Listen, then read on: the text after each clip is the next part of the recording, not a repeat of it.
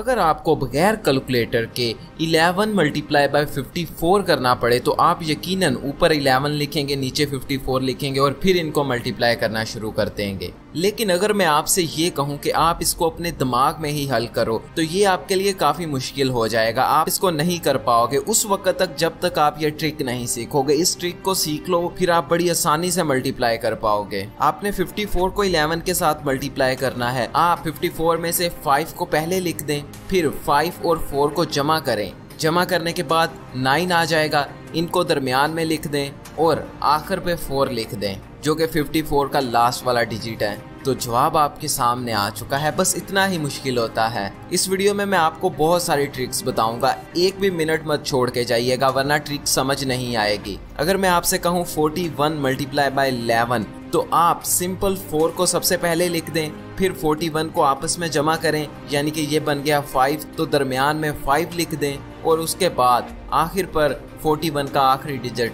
यानी कि 1 उसको लिख दें। ये लें, आपका जवाब आ गया। इस तरीके में एक ये खामी है कि आप 11 के साथ मल्टीप्लाई करते वक्त इसको इस्तेमाल कर सकते हैं, लेकिन आगे आने वाली ट्रिक्स में मैं आपको बताऊंगा कि अपने दिमाग में ही किस तरह मल्टीप्लिकेशन करें और दूसरी बहुत सारी ट्रिक्स बताने वाला हूं। अगर आपने 23 को 11 के साथ मल्टीप्लाई करना है तो सबसे पहले 2 आ जाएगा, 23 आपस में जमा होंगे, 5 आ जाएगा, फिर 23 का आखिरी डिजिट 3, तो ये लीजिए जवाब आ गया। अगली एग्जाम्पल थोड़ी सी मुश्किल है। 82 मल्टीप्लाई बाय 11, सबसे पहले 8 लिख दें और जब हम इनको आपस में जमा करते हैं तो हमारे पास 10 आ गया। क्या अब हम यहाँ पर 10 लिख देंगे? नहीं, हम सिर्फ 0 लिखेंगे और जो 1 बच गया है उसको 7 वाले हिस्से में जमा कर देंगे और आखिरी डिजिट को उसी तरह नीचे ले आएंगे। 47 मल्टीप्लाई बाय 11, 4 उसी तरह लिख दिया, इनको आपस में जमा किया, 11 आ गया। यहाँ पर दरमियान में हम सिर्फ आखिरी वाला हिस्सा लिखेंगे, 1 लिख दिया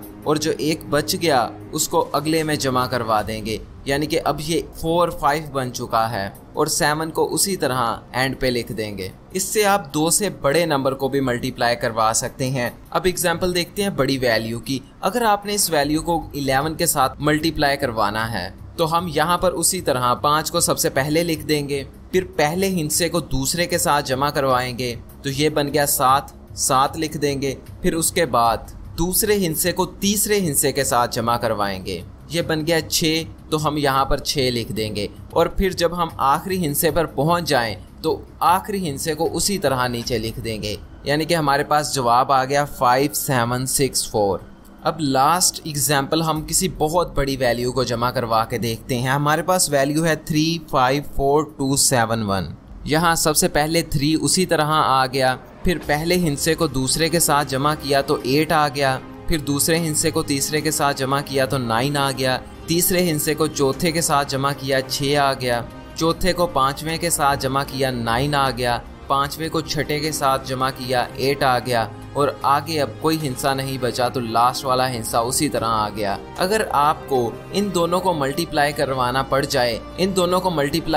पड़ जाए तो आप ज़रूर ये वाला मेथड फॉलो करेंगे। अगर आपने यही काम करना हो तो मैं आपको इसकी एक आसान ट्रिक बताने वाला हूँ। सबसे पहले आप पहली वैल्यू के पहले डिजिट को दूसरी वैल्यू के पहले डिजिट के साथ मल्टीप्लाई करें। 2 मल्टीप्लाई बाय 1 2 आ गया, तो ये लिख दें। उसके बाद आप दूसरे डिजिट को दूसरे डिजिट के साथ मल्टीप्लाई करें। 3 मल्टीप्लाई बाय 2 6 आ गया। अब आप दरमियान में एक हिस्से की जगह छोड़ दें। अब हमने पहला और आखिरी डिजिट मालूम कर लिया है, अब हमने इसके दरमियान वाला डिजिट मालूम करना है। इसके लिए आप पहली वैल्यू के पहले डिजिट को दूसरी वैल्यू के आखिरी डिजिट के साथ मल्टीप्लाई करें। 2 multiply by 2 is equal to 4। अब हमको इसको इसके साथ मल्टीप्लाई करना है, यानी कि 3 मल्टीप्लाई बाय 1, ये 3 आ गया। 4 और 3 को जमा करके दरमियान में लिख देंगे, तो ये हमारा जवाब आ गया। आप इस ट्रिक की 4-5 दफ़ा जब प्रैक्टिस करेंगे तो उसके बाद आप इस काबिल हो जाएंगे कि आप अपने दिमाग में ही सारी कैलकुलेशन कर लिया करेंगे। 31 मल्टीप्लाई बाय 22,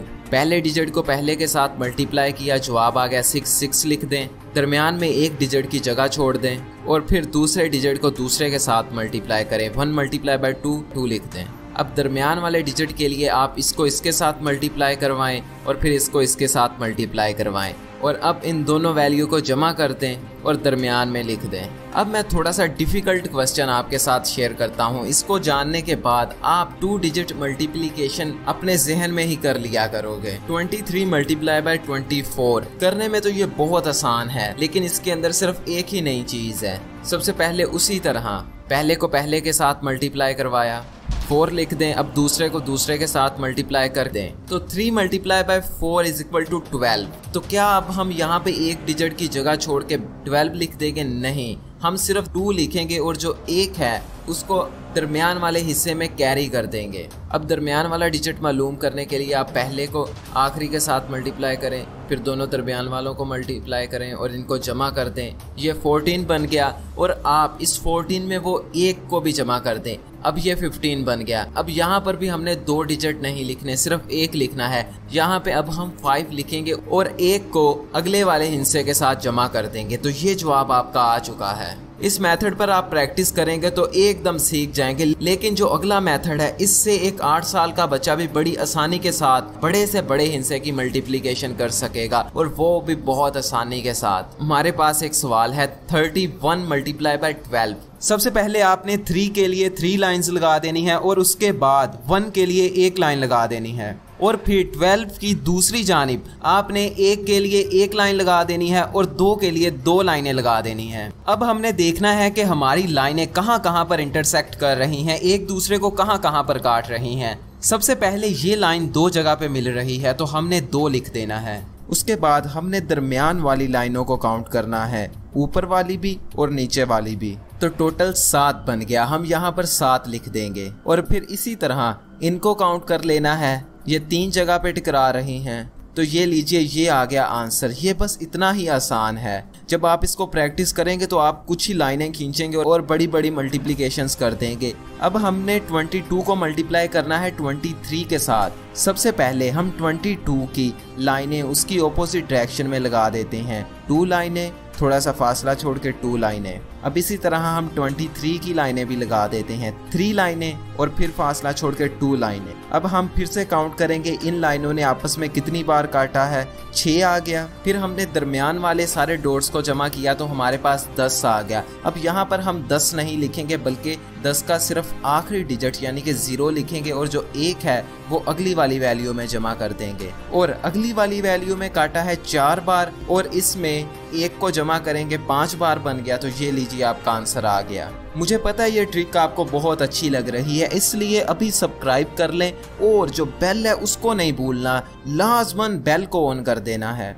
आप इस मेथड के जरिए जितनी बड़ी मर्जी रकम को मल्टीप्लाई कर सकते हैं। अगली एग्जांपल है 213 मल्टीप्लाई बाय 422।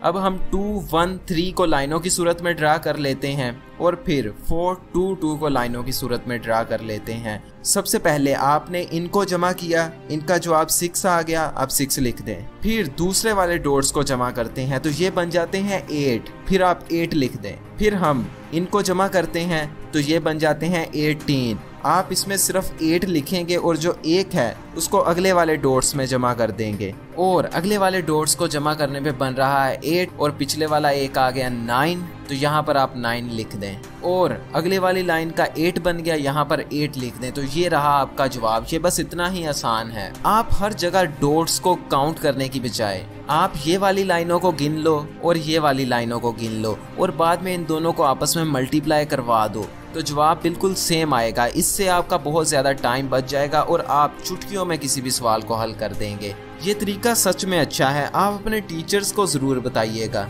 और अपने दोस्तों के साथ ज़रूर शेयर कीजिएगा। अब मैं आपको बताने वाला हूँ कि हम 2 डिजिट स्क्वायर किस तरह मालूम करें। अगर आपने 35 का स्क्वायर मालूम करना है यानी कि 35 मल्टीप्लाई बाय 35 कितने होते हैं, तो सबसे पहले आप 3 का स्क्वायर मालूम करें यानी कि 3 multiply by 3 is equal to 9 और फिर आप 5 का स्क्वायर मालूम करें यानी कि 5 multiply by 5 is equal to 25, तो आप 9 के साथ 25 लिख दें। इसके बाद एक छोटा सा स्टेप रह गया है, आप 3 और 5 को आपस में मल्टीप्लाई करें और फिर इनको 2 के साथ मल्टीप्लाई कर दें। 3 मल्टीप्लाई बाय 5, 15 मल्टीप्लाई बाय 2, 30। तो आप इस तरफ से एक डिजिट की जगह छोड़कर यहाँ पर 30 को लिख दें और इनको आपस में जमा कर दें। तो ये लीजिए आपका जवाब आ चुका है। अब हम देखते हैं 53 का स्क्वायर। 5 का स्क्वायर 25 आ गया, 3 का स्क्वायर 9 आ गया। हम यहाँ पर 3 का स्क्वायर 9 आ गया, हम यहाँ पर 9 नहीं लिखेंगे बल्कि 09 लिखेंगे।